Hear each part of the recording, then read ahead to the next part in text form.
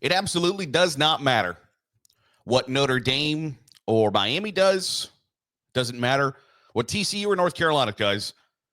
Beyond a shadow of a doubt, the biggest winner of the opening weekend of college football is LSU. For a variety of reasons. They go to Clemson, get a big-time win. When I don't think that there were many people predicting that LSU was going to win that game. That's a huge college football playoff resume booster. It's a huge shot in the LSU doesn't win opening games. LSU isn't ready year after year after year. They're overranked, overhyped, etc. That's not true in 2025. They had the most impressive win of the opening week. Heard a lot of people. Did Arch Manning look like he played like the number one overall pick in the NFL draft on Saturday against Ohio State? No. Did Cade Klubnik play like the number one overall pick in the NFL draft against LSU on Saturday? No. Did Garrett Nussmeier play like the number one overall pick? Beyond a shadow of a doubt, absolutely, unequivocally, yes, he did. And that should go a long way in LSU fans thinking and hoping and praying that they are finally going to ascend to where they thought they would be permanently when Brian Kelly became their head coach. Going to go a long way in helping reach that goal if Garrett Nussmeier playing at the level that he played in week one, if he continues to get better throughout the season, that is going to be a very good LSU offense and LSU complete football team throughout the season. They should be insanely encouraged about what they saw on Saturday. And I know that there's this section of college football fans who think that any game that was 14-7 like Ohio State, Texas, or 17-10 like LSU and Clemson shows that offenses are bad, blah, blah, blah. Because, you know, back in the day, there used to be when, for instance, when Urban Meyer was the head coach at Ohio State, they were scoring like 60 points a couple of times a season. And now if Ohio State gets to 40, it was an ass kicking. And I understand that, but the clock rules now are just so wildly different that the scores are going to much more closely align with NFL scores than WNBA scores.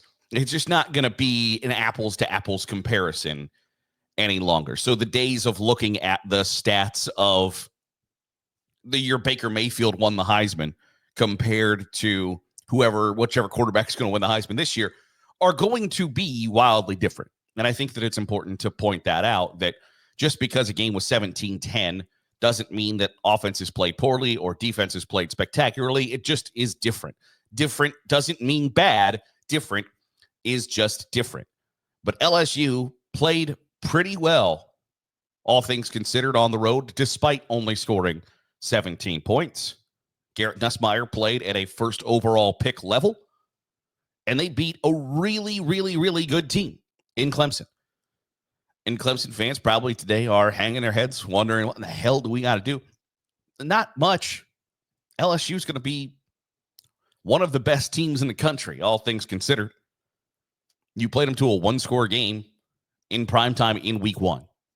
I don't think there's a lot to hang your hat about there. But LSU, for the last couple of seasons, and to their credit, they have not won season opening games because they have not played the cupcakes of the world. They have not started their season with an FCS school or a group of five school. They've played the likes of USC, Clemson. They have had difficult games to start their seasons. UCLA. They have not, and you can scoff at UCLA, but playing a Big Ten team right off the rip sure is a lot easier than playing somebody that just joined FCS and was Division II 2 years ago. It's a whole different ballgame. And so, to LSU's credit, they have scheduled up. They have played difficult games in week one, and they haven't gone well for them over the course of the past couple of seasons. And they did last night. And I mentioned earlier this summer that, hey, if things don't go well for LSU, especially right off the rip, I think the questions about whether Brian Kelly is the right guy for this job persist. And he can torpedo those questions with an early season win over Clemson. And that's exactly what happened.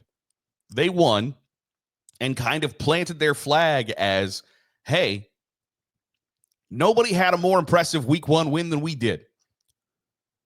And I think that says a lot about a slate of college football games that were really intriguing and engaging and interesting to start the year. But not only was LSU's performance against Clemson the reason why they win week number one, why they had the best weekend of anybody in the country, because you couple that with, if you were to list off the three biggest challengers LSU had to winning the SEC championship, and I completely understand that these games do not matter in the SEC standings, etc. It's just about overall perception about who is what, where they are, etc. If you were to list off the three biggest challengers to LSU to either make it to Atlanta or win the conference, they would be Texas, Georgia, and Alabama, in my view. Two of those three teams lost on Saturday. Now, I'm certain that LSU fans are just heartbroken to ever watch an Alabama loss. But to see Alabama lose in the style in which it did, against who it did, has to make the hearts of LSU fans everywhere happy, because while we mentioned that Garrett Nussmeier played at the number one overall level on Saturday night, Ty Simpson did not for Alabama, and that feels fair to say. It feels fair to say that Ty Simpson did not play at number one overall pick level. Feels probably fair to say Ty Simpson did not play at Mr. Irrelevant level. And so, despite all of the talent surrounding Ty Simpson in the Alabama offense, they struggled against a Florida State team that won 2 games last year. And I think that I'm very hesitant to rush to judgment, but I think that it feels not unlikely to say that that's going to be a question mark that will continue throughout the season of, can Alabama overcome a complete lack of talent at the quarterback position? Because when you look at who they're going to have to play and who they are competing with to win the SEC championship, with the likes of Arch Manning, who I'm not going to rush to judgment. I'm not going to sit here and say that I told you he was overhyped. It's one game on the road in your first road start against the team who's going to be now the number one team in the country. And he didn't play all that great. I don't think Texas set him up to play all that great, to tell you the truth. But I'm not going to rush to judgment there. I do think that it's pretty clear that Alabama's got quarterback problems way more than Texas does. But Alabama's in that mix with Texas, Arch Manning, LSU, Garrett Nussmeier, and Georgia. Gunnar Stockton is going to have questions, but he played pretty well in his first real big opportunity outside of just getting bull rushed by Notre Dame at a playoff game. When you are very clearly number 4 in that pecking order of quarterbacks, I don't know that it's that easy to overcome that. So LSU fans got to watch Alabama get shoved around, flat out shoved around by Florida State. That has to make you go, okay, check them off the list of teams that, oh crap, we got to play them. And then also, while Arch Manning didn't play all that well, he is from Louisiana. He was right in LSU's backyard. He was right there. And a lot of Tiger fans wanted Arch Manning to be the next great Heisman Trophy winning quarterback at LSU. And he decided to go somewhere else. And for going on 3 years now, there has been a the one that got away, probably don't feel that way on Sunday morning when your quarterback played like the number 1 overall pick in the NFL draft, and Arch Manning didn't. He did not have a great showing. I think Ohio State's defense was much more impressive than a lot of people thought they were going to be. The hiring of Matt Patricia as the defensive coordinator for Ohio State was widely maligned, and he had Arch Manning looking like he had never seen a defense before in the first half of that game. And I don't know that Texas made a ton of adjustments to try to make things easier for Arch Manning. It was almost like Arch Manning and Julian Sayin for Ohio State and Texas had the exact opposite at times game plan coming in, where Ohio State just strictly was whatever we have to do to win the game, that's what we're going to have to do. I'm not interested in throwing the entire playbook at Julian Sayin. We're not going to put the entire game on his shoulders. We are going to do whatever it takes to win. And Texas was at times, we'll put the game on Arch Manning's shoulders. And I think that says something about Arch Manning, that Steve Sarkisian's not an idiot. He's not going to put Texas in a bad position coming into a game. If he thought that Arch Manning could shoulder that load, I think that says a lot about Arch Manning. Now, he didn't get it done, all things considered. But I think that's as much to say about Ohio State's defense as it is about Arch Manning. But Arch Manning was the one that got away for LSU fans. He's in your backyard, and you didn't get him. And after week number 1, Garrett Nussmeier plays like he's going to have a boatload of money in the NFL someday, and Arch Manning played like you could argue that if his last name was Smith, he might have been replaced. But all those things combined, the way they played in Death Valley, the way Alabama played at Florida State, and the way Arch Manning played at Ohio State, I think makes LSU the undeniable winner of week number 1. Now, there are some other folks that are in that running. Thomas Castellanos, the Florida State quarterback, is an undeniable winner. He spent all summer talking about how they were going to beat Alabama. Alabama can't stop me. Alabama don't have Nick Saban there to save their ass anymore. And there was a lot of people, myself included, who sat there and thought, you're just poking the bear, brother, and that is not a good strategy. But I appreciate when folks run their mouths and then back it up, especially when you run your mouth and everybody thinks you're the village idiot, and then you back it up. Alabama was ranked in the top 10. Florida State was ranked not. And they put a hurting on the Crimson Tide, and Thomas Castellanos backed it up. He walked the walk. He talked the talk. He showed everybody. And I mentioned before earlier this summer that I believe in Thomas Castellanos. I thought that he was pretty good at Boston College. At the time, it was a lot more likely that he had put the team on his back and carried them to their not great seasons more than it was the other way around. Now, whether Florida State ends up becoming a 10-win team instead of a 2-win team remains to be seen.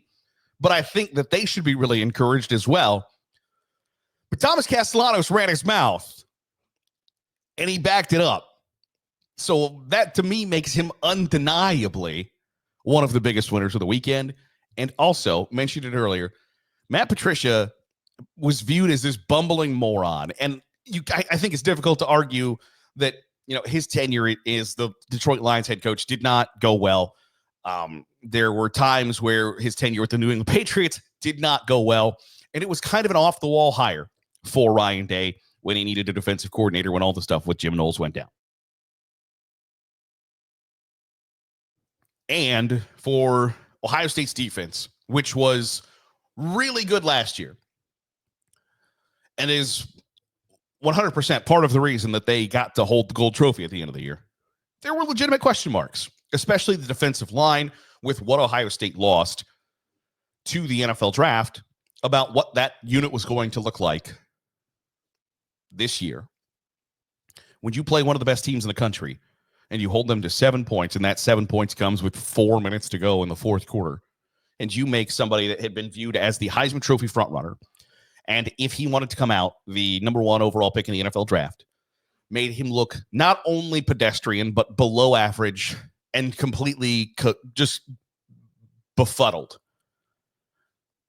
I think Ohio State's defense is going to be really, really, really good again.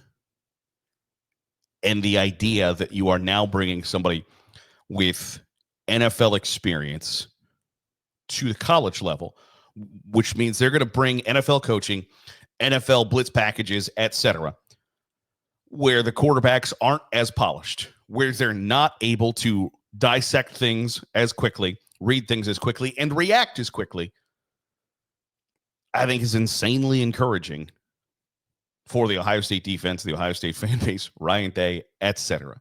I think Matt Patricia is a big winner of the weekend as well. Want to know your thoughts in the comments below. Who do you think were the biggest winners of week number 1 of the college football season? Let me know in the comments below. I would love to see your thoughts. That'll do it for today's episode of the Daily Huddle. I appreciate you making us a part of your day, however it is, wherever it is you're doing so. If you're watching on YouTube, hit the subscribe button. Make sure you're getting all the great college football content we're pumping out. If you're listening on the podcast feed, drop a 5-star review. It goes a long way to helping out the channel. I'll see you tomorrow for another episode of the Daily Huddle.